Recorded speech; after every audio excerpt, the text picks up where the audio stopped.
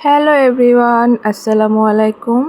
সবাই কেমন আছো? নিশ্চয়ই ভালো আছো। আমি আল্লাহর মতে অনেক ভালো আছি।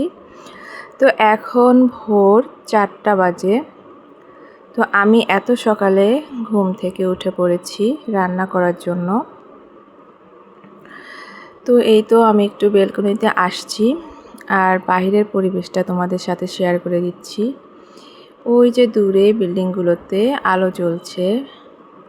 এখনও সকাল হতে অনেক বাকি। আর আমি উঠে পড়েছি এই যে। আর এখানে আমার একটা পুদিনার গাছ আছে।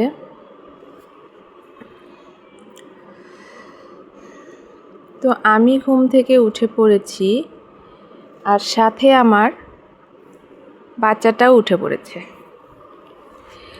আমি যদি ঘুম থেকে উঠে পড়ি ও আর একদমই শোবে না, ও আমার সাথেই উঠে পড়বে। ও উঠে সোফার উপরে শুয়ে আছে। আমি উঠে ওকে আগে খেতে দিয়েছি, মাছ দিয়ে ভাত দিয়ে মাখিয়ে দিয়েছিলাম, ও খেয়েছে। তো এখন আমি এইখানে রান্না করে নিব।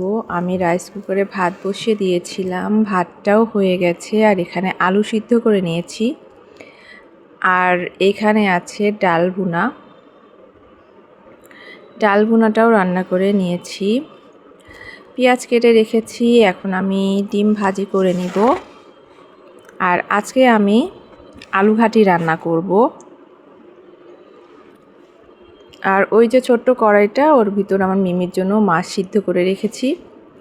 আর এখানে আলুটাও সিদ্ধ করা হয়ে গেছে। এখানে আমি ডিমটা ফেটিয়ে নিয়েছি ভেজে নেওয়ার জন্য। আর এখানে টমেটো কেটে রেখেছি। এখানে আলু সিদ্ধ হাত দিয়ে চটকিয়ে পানি দিয়ে এখানে রেখে দিয়েছি রান্না করার জন্য। আর এটা হচ্ছে আমার মিমির মাছ, এখানে সিদ্ধ করে রেখেছি।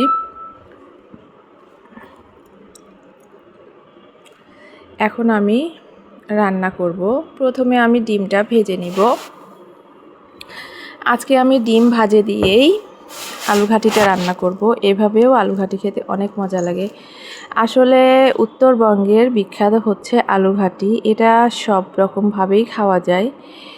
এটা সিম্পল হচ্ছে, শুধু আলু সিদ্ধ করে পাতলা ডালের মতো করে রান্না করেও খাওয়া যায়। এটাও অনেক মজা লাগে। এটাকে বলে আলুর ডাল। আবার হচ্ছে এভাবে ডিম ভেজে নিয়ে ছোট ছোট পিস করে কেটে আলু ঘাটির মধ্যে দিয়ে দিলে এটা অন্যরকম একটা টেস্ট হয়। আবার হচ্ছে ডিম সিদ্ধ করে আস্ত ডিম আলু ঘাটির মধ্যে দিয়ে এভাবেও রান্না করা যায়। আবার হচ্ছে মাছ দিয়েও আলু ঘাটি রান্না করা যায়। গরুর মাংস দিয়ে আলু ঘাটি রান্না করা যায়, খাসির মাংস দিয়ে রান্না করা যায়, মুরগির মাংস দিয়েও রান্না করা যায়। আসলে আমাদের ট্র্যাডিশনাল খাবার বলতে গেলে এটা উত্তরবঙ্গের, আমরা সব রকমভাবেই খেয়ে থাকি। তো আজকে তো আমি ডিম ভাজি দিয়ে আলু ঘাটিটা তোমাদের মধ্যে শেয়ার করে দিচ্ছি। নেক্সট টাইমে আবার যদি আমি আলু ঘাটি রান্না করি মাছ দিয়ে, এটাও তোমাদের মধ্যে শেয়ার করে দিব, কারণ মাছ দিয়ে আলু ঘাটিটা আরও অনেক বেশি মজা হয়ে থাকে। তো এখানে পেঁয়াজ আমি হালকা ভেজে নেওয়ার পরে সমস্ত মশলা টশলা দিয়ে দিয়েছি, সাথে একটা টমেটো দিয়ে দিয়েছি। টমেটো দিলে আসলে অনেক মজা লাগে তরকারিটা। তারপরে মশলাটা কষানোর পরে আমি এর মধ্যে ওই যে আলু আমি চটকিয়ে রেখেছিলাম পানি দিয়ে, সেটাও দিয়ে দিলাম। এখন এই আলুটা অনবরত আমার নাড়তে হবে, নইলে তলায় লেগে যাবে। আর আলু ঘাটি যত সুন্দর করে আর কি কষানো যাবে, আলুর কাঁচা গন্ধটা চলে যাবে, খেতেও ততটাই মজা হবে। তো এখানে আমি সুন্দর করে এটা কষিয়ে নিচ্ছি। আর এটা সুন্দর করে কষানো হয়ে গেলে এর মধ্যে আমি পানি দিয়ে দিব। আর এভাবে অনবরত নাড়তে হবে, নইলে তলায় লেগে যাবে। আর লেগে গেলে একটা পোড়া পোড়া গন্ধ হবে, খেতে ততটা মজা লাগবে না।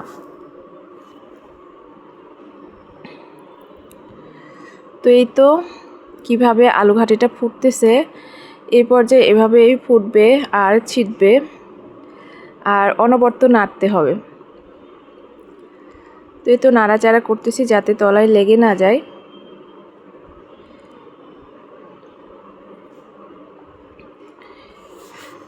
এক সময় এভাবে নাড়তে নাড়তে আলু ঘাটিটা একটু আঠালো হয়ে আসবে। আঠালো হয়ে আসলেই তখন বুঝতে পারবে যে আলুটা আমার সঠিকভাবে কষানো হয়ে গেছে।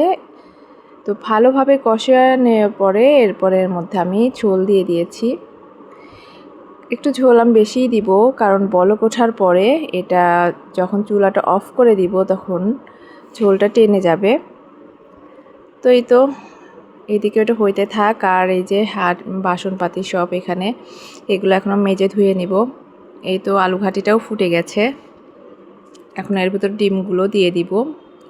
আর এই ডিমগুলো আলুর মধ্যে যখন দিব, এগুলো যখন বলক উঠে যাবে তখন ডিমগুলো একদম ফুলে ডাবল হয়ে যাবে।